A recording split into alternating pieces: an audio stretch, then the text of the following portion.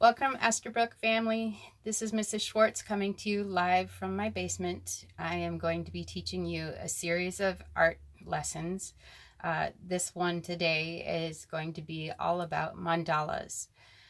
This project is going to take probably about 45 minutes. It could take longer depending on how much complexity you want to put into your design. You're going to need for this assignment a pencil, some paper, a ruler would be nice, some circles of various sizes. For the circles, you can use anything from a couple of recycled lids, which I happen to have brought home with me from school. Tupperware lids, if you have rolls of circle tape that are sitting around, you can use those. You're not going to be attaching these to your project, you're just going to be tracing them.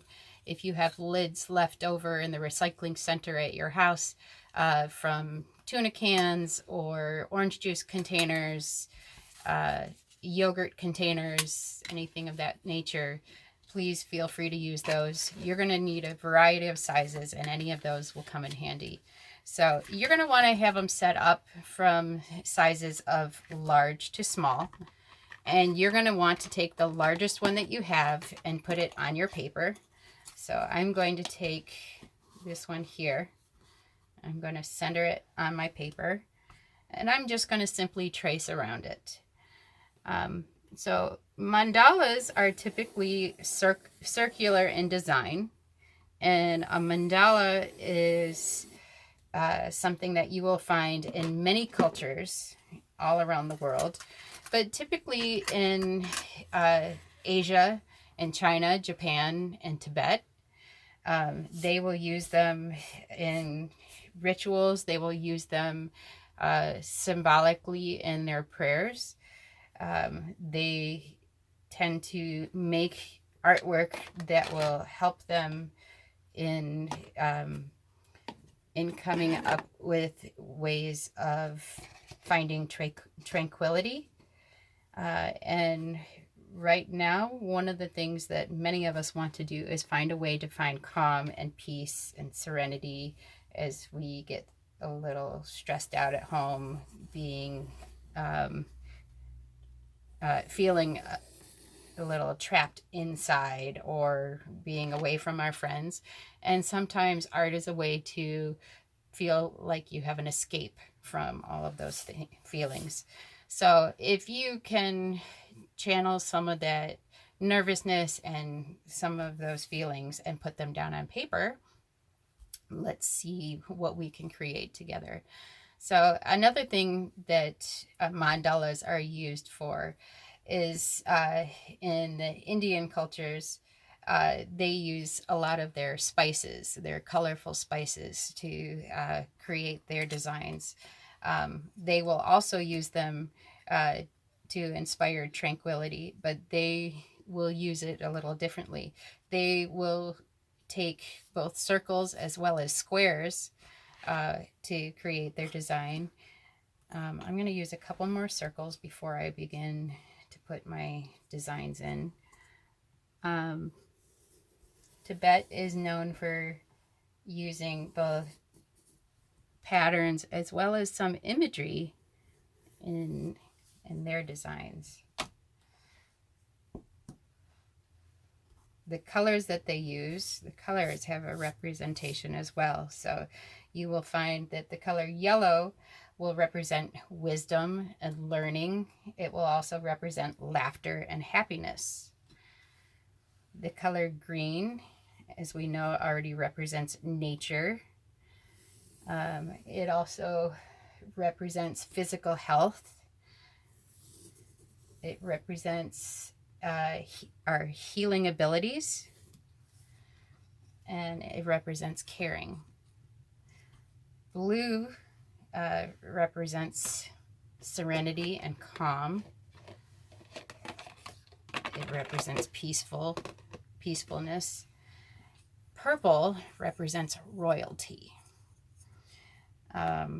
So you can look up online what each each color of the rainbow represents, and it represents something different to each culture. So it's quite interesting to see. All right, so now that I have a lot of those circles on there, I'm going to take a ruler, and I'm not so much looking for measurements right now as I am for the center of the circle. And I want to put a line going vertically through the middle of the circle, and I want a line going horizontally through the circle. So to start with, it's going to look like a large target. And that's just to begin with. So we want to make those lines go as close to center as possible. And if you want to add more lines to it, you can. Cross through the center again.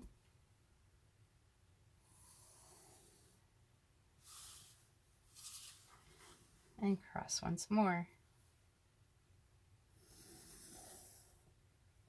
So now that I've dissected that circle into different quadrants, I'm going to start putting in my design. Now there's no wrong way to do a mandala.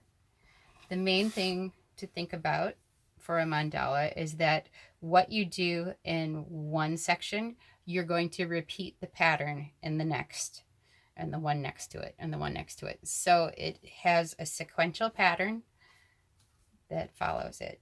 So I might start with letters, or I might start with numbers, or I can start with a simple line design.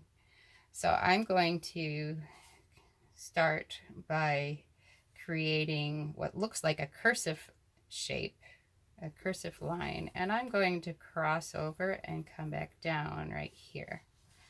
I'm going to turn my paper. It's easier than turning my hand, and I'm going to do the same thing again. I'm going to cross over and loop back down and around, right back to where I started. I'm going to turn my paper and do the same motion in each section.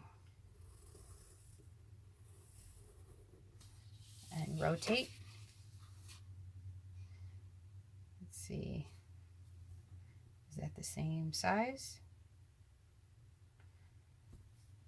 Yes, cross over.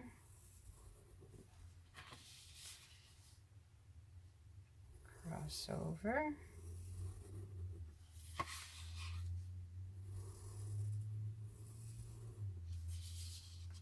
And last one here. All right, so I have the beginning of my design. What I have to decide next is what is the next pattern I want to create. So I'm going to pick a place where I want to begin the next section and what shape I want it to be in. I like heart shapes, so I'm going to pick half a heart shape that I'm going to put right here. And I'm going to put the other half on this side. I'm going to turn my paper. I'm going to put half a heart shape here. I'm going to put half a heart shape here. You do not need to do the same design I'm doing. Create your own and see what patterns you can come up with. This is just how to start off with the circles. And these are the rules to follow as far as where to put the patterns and how often to repeat them. But once you get the idea of how to do it, you can create your own designs in many, many different ways.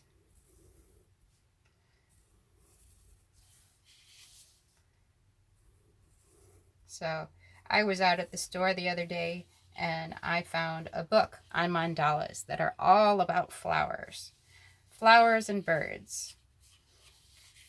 Flowers are a perfect design because they're all circles.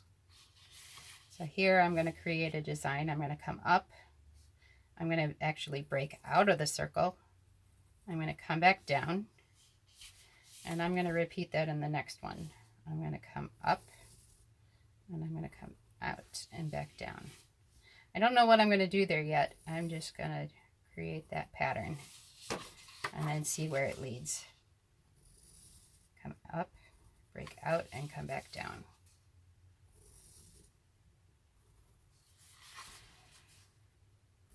Come up, break out, and come back down. The design will start to build itself. All right, so now I've made it all the way around, but I still don't know what I'm going to do there yet. Maybe I'll repeat the same idea on the other side. Come up, come out, and come back down.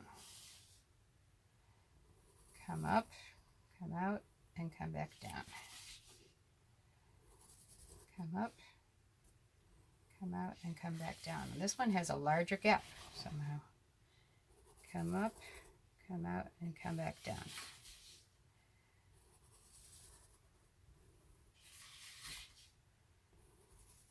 Whoops.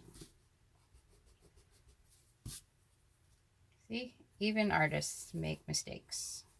And we want to keep those mistakes whenever possible. Sometimes those mistakes are what make our artwork stronger. When you make a mistake, you don't always have to erase it. All right, so this is coming along pretty nicely so far. I want to make sure that I'm staying in the middle of my screen so that you can see it. So I want to find a way that I can connect these pieces together. I'm going to come up a little higher and I'm going to connect those. I'm going to turn my paper and connect them again.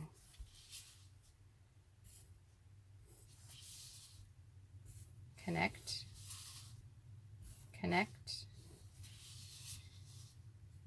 connect.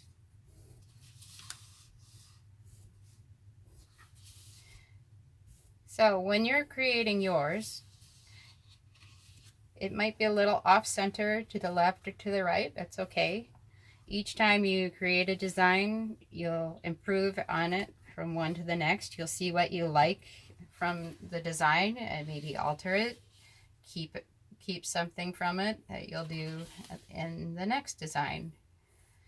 I tend to like these little crown shapes and have them from one design to the next. So I'll show you in just a moment some of the things that I have,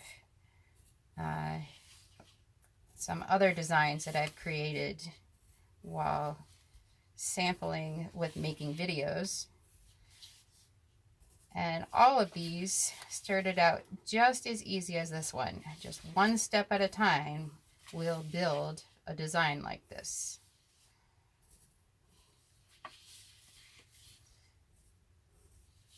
Okay, so not so difficult. Well, let me show you a few of the ones that were created earlier.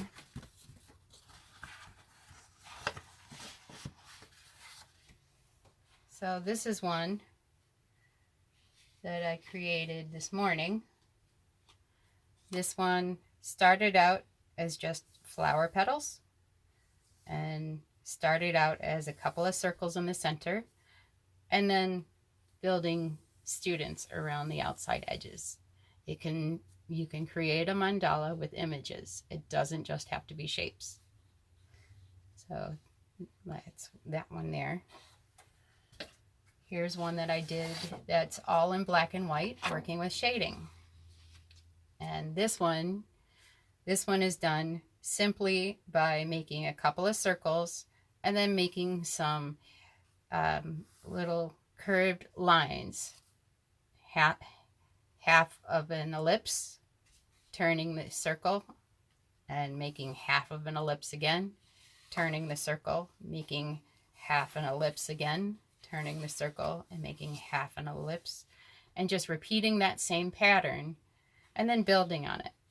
So after I created the shapes, I went back and I started doing the shading, deciding where I wanted it to be colored in from dark to light. And that takes a bit of time to do the shading. So it's not a quick thing to do. This one took probably about an hour for me to color it in.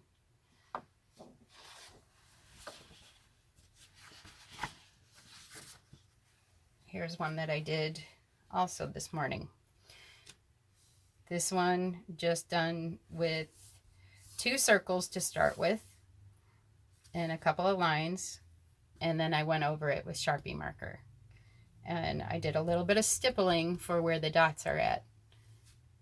You don't want to press down too hard and break the tip of your marker, but you want to dab just enough that you can see where it's going from darker and then work towards lighter with less dots. Darker where the dots are more prominent, lighter where there's few dots. So see what designs you can come up with. Work your design out from the beginning of the sketch to filling it in with color, filling it in with more patterns. And I will be very excited to see what you come up with. Email me your results, send them to your teacher, and they will forward them to me. I'm really looking forward to seeing what you come up with, and I'll be hearing from you soon. Take care.